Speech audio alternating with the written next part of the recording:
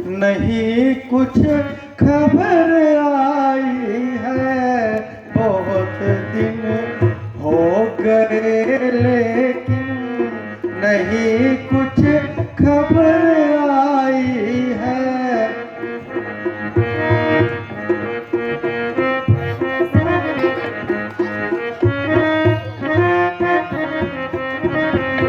ना दिन को चैन पड़ता है, ना शब को नींद आई है, बहुत दिन हो गए लेकिन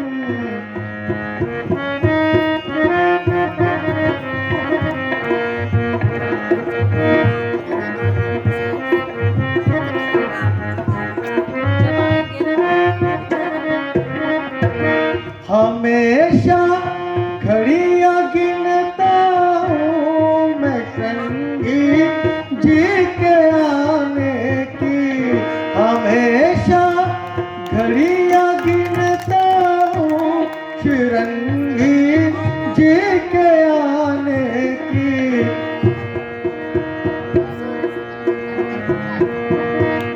नहीं मालूम क्या कारण जो देरी इतनी लाई है, बहुत दिन हो गए लेकिन नहीं कुछ खबर आई है।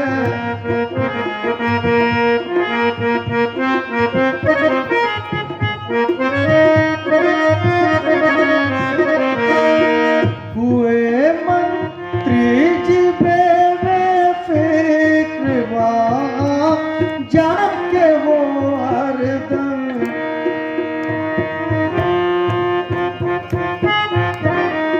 हुए हैं मंत्री जी बेफिक्र ऐसे ही वहाँ जाकर, जहाँ इस इंतजारी में हुआ दशरथ सौदाई है, बहुत दिन हो गए लेकिन नहीं कुछ खबर आई है।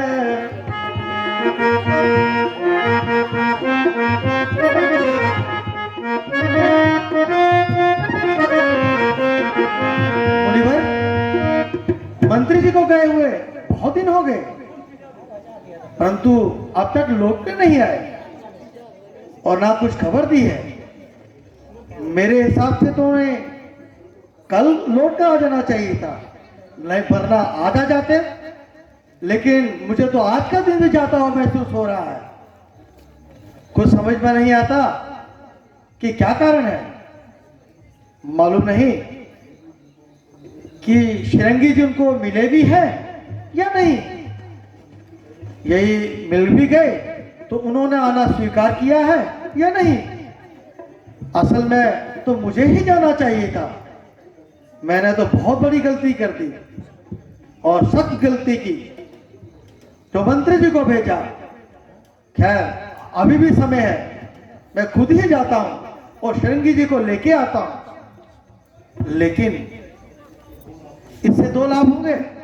एक तो सफर में दिल लगा रहेगा और साथ में मुनि जी के दर्शन हो जाएंगे। लेकिन ऐसा ना हो कि मैं यहां से जाऊं और इसी पर दूसरे रास्ते से यहां पर आए और यहां पर मुझे ना पाकर वो बहुत क्रोधित होंगे। नहीं, अब मुझे यहीं भी उनका इंतजार करना चाहिए।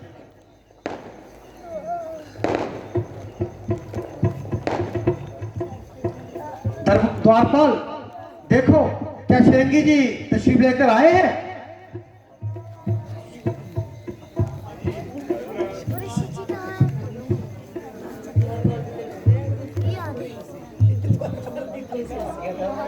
ऋषि शिरंगी जी समेत तशरीफ लाते हुए। अच्छा, बहुत अच्छा। मुझे तो लगता है मुझे जाकर उनका स्वागत करना चाहिए। आइए ऋषिवर, आइए सेनापति। ऋषिवर प्रणाम। आपने यहाँ पर आकर हमारी इस नगरी को पवित्र कर दिया। आइए महाराज, आसन ग्रहण कीजिए।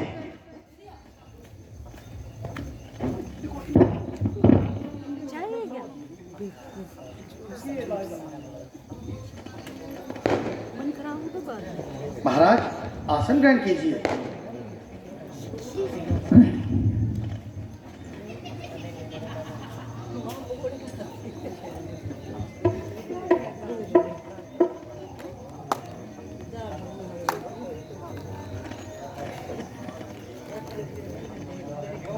इतनी तकलीफ की क्या है असल मुराद, किस कारण हमको किया राजन तुमने याद, राजन तुमने याद किया, क्या अटका काम तुम्हारा है, हाँ अटका काम तुम्हारा है, विपत पड़ी है तुम पर भारी, कहे अनुमान हमारा है।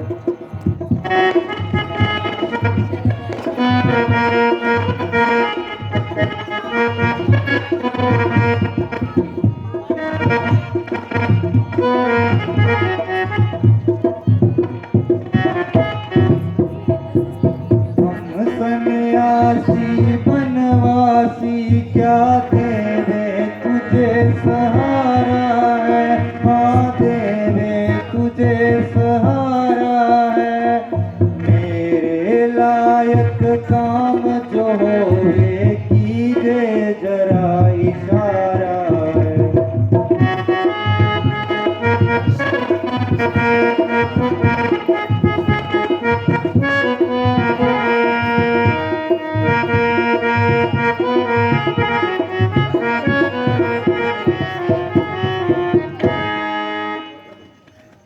राजन प्रसन्न और आनंद रहो, कहो क्या कारण है जो हमको याद किया है, अपना असली प्रयोजन बतलाओ और जो बात कहनी है शीघ्र सुनाओ। वह क्या काम है जो हमारे बगैर अपूर्ण है।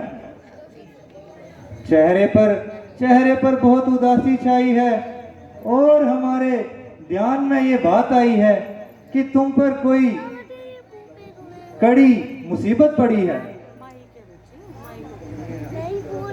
इस मुसीबत को देखकर मेरी तबीयत भी जरा डरी है, मगर खैर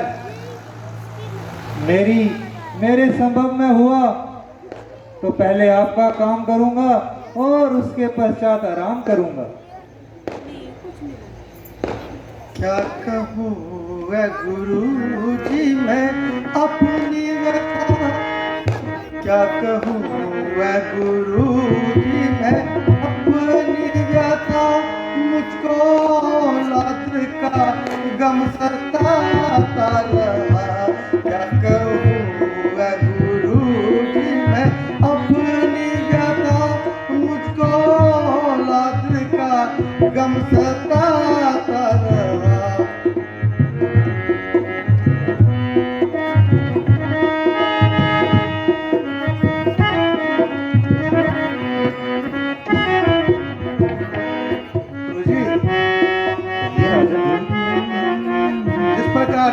आपको भली भांति ज्ञात है कि अयोध्या का नरेश होने के बावजूद भी, सब ईश्वरीय होने के बावजूद भी दशरथ इस कारण परेशान है क्योंकि आगे इस नगरी को, इस सल्तनत को संभालने वाला कोई वारिस नहीं है। इसीलिए आपको इस प्रयोजन से यहाँ बुलाया है।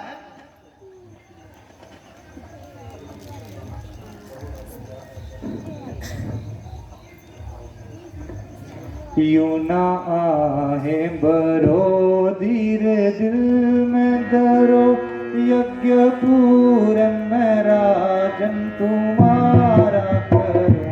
यूं ना आहे बरो धीरे दिल में धरो, यज्ञ पूरन में राजन तुम्हारा करूं। आगे जो कुछ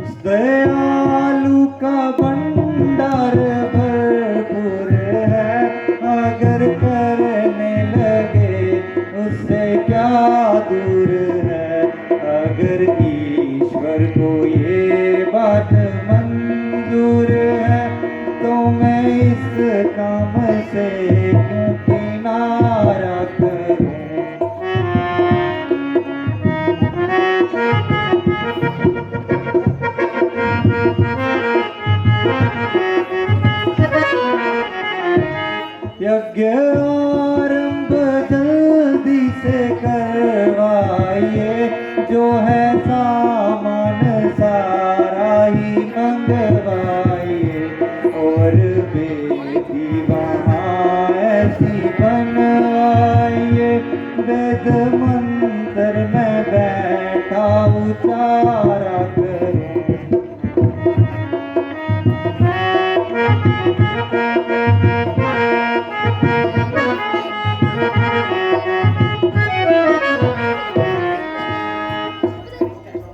जो कुछ आपने कहा राजन, वह मैंने सुन लिया। इस तरह आहें ना भरो, बल्कि बहुत जल्द यज्ञ की तैयारी करो। यदि यदि ईश्वर को ये बात मंजूर है, तो उसको करने में क्या दूर है। मैं हर तरह तुम्हारा सहयोगी हूं, और जिस तरह आप कहो सहायता करने को भोगी हूं। अपनी ओर से सारा जोर लगाऊंगा, और कुछ चिकित्सा के भी जोहर दिखाऊंगा। यज्ञ में जो हमारे सहपाठी हों, वह पूर्ण रूप से वेद पाठी हों।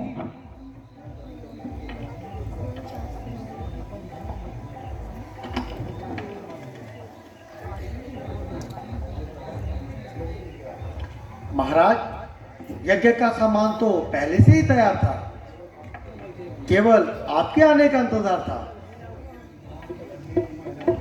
बहुत से विद्वान पंडित भी मैंने बुलवाए हैं, और जो यहाँ पर तशरीफ लाए हुए हैं,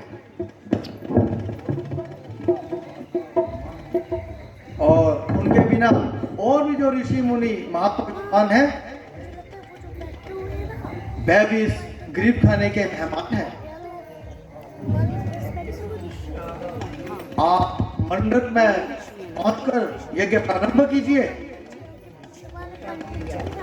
और जिससे जो काम लेना हो हुक्म कीजिए। सारा काम आपके जरिए कमान होगा, और हर आपका ताबे प्रमाण होगा। ठीक है राजन, मैं यज्ञ की तैयारी करता हूं। महाराज दशरथ की, महाराज दशरथ की, महाराज दशरथ की।